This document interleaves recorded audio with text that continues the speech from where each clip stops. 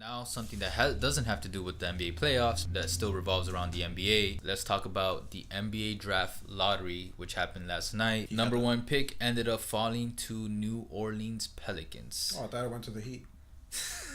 That would have been nice. So the question is, should New Orleans keep that number one pick, or should they trade it? Absolutely, they should keep it. They should keep it. Why so? But look, Anthony Davis made it pretty clear. A couple of things. Number one, he doesn't want to stay, in New Orleans. And number two, he shares the same agent to LeBron James. Mm-hmm. So it's pretty clear where this is going. Okay. In addition, they play in the Western Conference.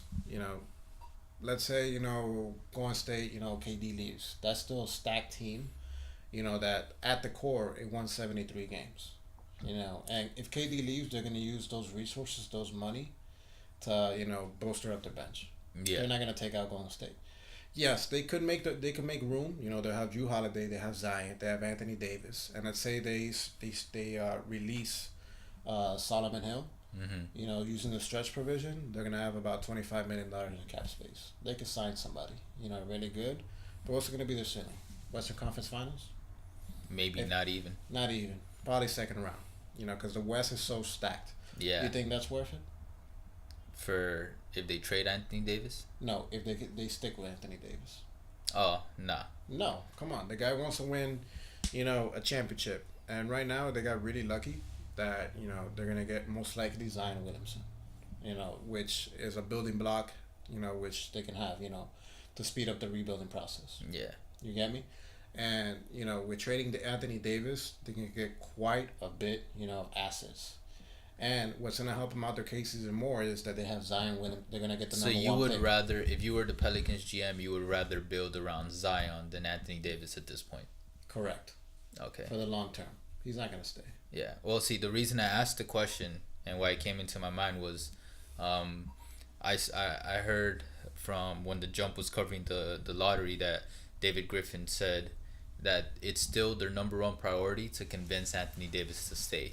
Yeah, which he could just be saying that for PR reasons, but he seemed pretty genuine about it. Honestly, if I were him at this point, I think I would have not necessarily given up, but I would have, mentally moved on from trying to convince Davis. But then it made it interesting in my head, like, all right, say they want to keep Davis, and Davis is a proven commodity. You get me? He's a proven player. Zion right now is all hype.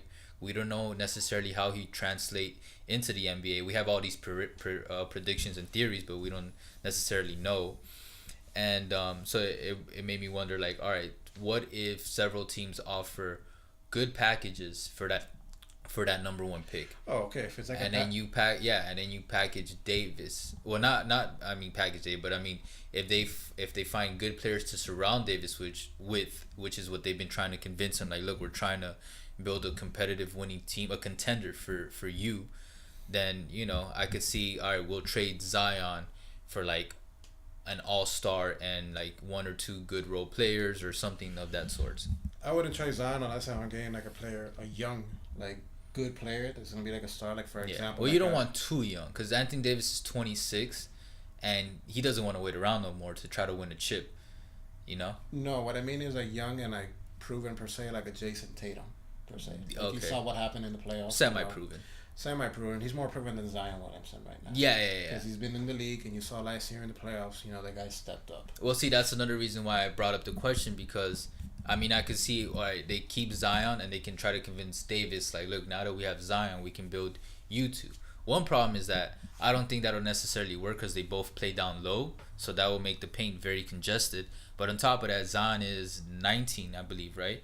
So it's probably still going to take, even if he is ahead of a lot of his other rookie colleagues, it'll take him probably 2 to 3 years to adapt to the NBA to be at a competitive point. It could work. Here's the reason why. Last year, the same argument was brought up when Boogie Cousins was, at New Orleans. Mm-hmm. Those are both big men, but what's good about them is they're both today's NBA's big men, meaning that they're gonna operate in the paint, but they can step out in the they have 3-point range and they can shoot it. They're wet from. Well, I think Zion has no shooting ability in the outside range, like nothing like consistent.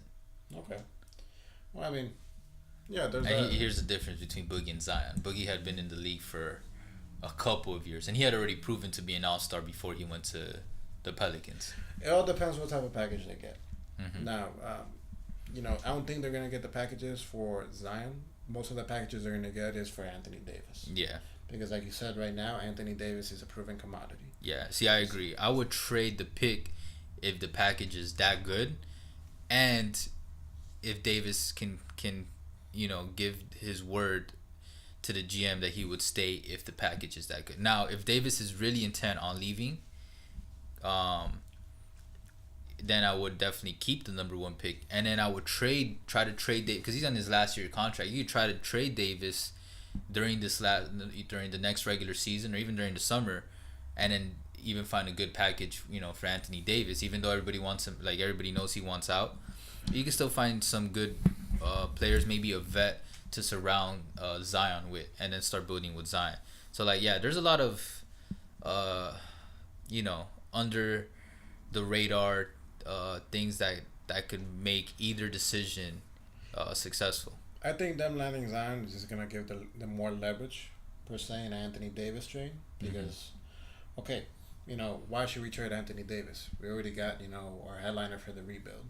Yeah, So it's like they're not gonna be as desperate as saying, hey, we need to get something, so we can build something. They already got a piece already in Zion yeah, to be the main headliner already, and there's gonna be teams like the Lakers, are gonna be pretty desperate, to get yeah. and there's gonna be more teams that are gonna be even more desperate, especially if KD leaves, because that's gonna open up the floor, in the Western Conference and the NBA in general. True.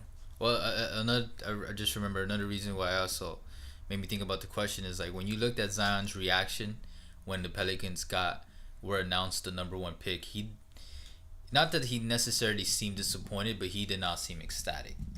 And I'm sure he, like everybody else, he's aware of the rumors around Anthony Davis, and it would be a shame if Zion ends up being like another Davis. If he has a rookie contract, even maybe signs an extension, and then 7 years from now he's in the same position. If you give an organization 7 years, and you know if all they have to prove for is a second round exit at most, then hey, shame on you. Yeah, I agree. Well, see, that's why I wonder if Zion would even try to tell them that he doesn't want to get picked by them. Because there are sometimes, it's rare, but sometimes an NBA player in the draft, I mean a college or just a young player in the draft declares that he doesn't want to play for a certain team, knowing he's going to be a high pick. I wouldn't classify New Orleans in that type of market. Yeah, I don't think he would do that. It's a small market team and it's a nice city. They have quite a bit of Fanfare. Fanfare. It's not somewhere like, and it's a warm city. It's not like it's Cleveland. True. Or yeah, New York or like New York. Yeah, it has Madison Square Garden, but it's chaos. James Dolan, man. Yeah, that organization. Yeah, actually, yeah, I'll give the Pelicans, ever since they hired that GM, David Griffin as GM. Me personally, I would that makes me feel a little bit better about that organization. If I was a Pelicans fan, I would feel a little more secure knowing that that's our GM. I'll feel better, and he was he was one of the architects. When he built that 2016 Cleveland team. Oh, Obviously, LeBron helped. Having carried there. And every time I watch interviews of him, like on shows and stuff, he has a great mind. He articulates himself very well. But also, like the trades he's done, they've been pretty shrewd. Yeah. So. Pelicans are in good hands, basically. There's worse organizations per se. Yeah. Very true. All right, so I guess that concludes our 3 topics for this episode. We'll see what tonight's game brings us, and then we'll see what we talk about in the next one. You can reach us at Ball Talk Deep on Twitter. Ball Talk Deep, keep it deep, ball, and I don't know, stay cool. All right, take care.